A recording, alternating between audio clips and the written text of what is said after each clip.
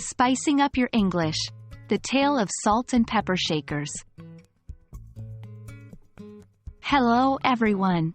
Today, we are going to explore a flavorful aspect of English vocabulary, particularly within the context of food, dining, and table setting. We will focus on a small but crucial part of the dining experience: the salt and pepper shakers.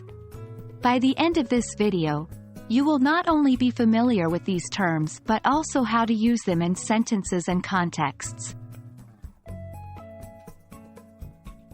Salt and pepper shakers are common household items. They are small containers, often designed to match each other, used to store and dispense salt and pepper. They typically have a number of small holes in their tops that allow for a controlled flow of the salt or pepper. When it's mealtime, they are often placed on the dining table to allow everyone to season their food to taste. It's important to note that the term shaker comes from the shaking motion you make to dispense the salt or pepper.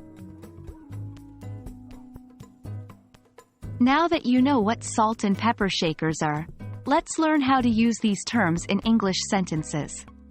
Example 1. Could you pass me the salt shaker, please? This is a common request at a dining table. Example 2. The pepper shaker is empty. We need to refill it. This sentence is used when you notice that there's no more pepper left in the shaker. Example 3. She collected salt and pepper shakers from around the world. In this case, the sentence highlights a hobby of collecting salt and pepper shakers. Understanding the context is crucial in language learning. Here, we'll discuss some common situations where you might talk about salt and pepper shakers. At home, you might use these terms while setting the table for a meal, cleaning up after a meal, or even when shopping for kitchenware. At a restaurant, you might ask the waiter for the salt or pepper shaker, or comment on their absence from the table.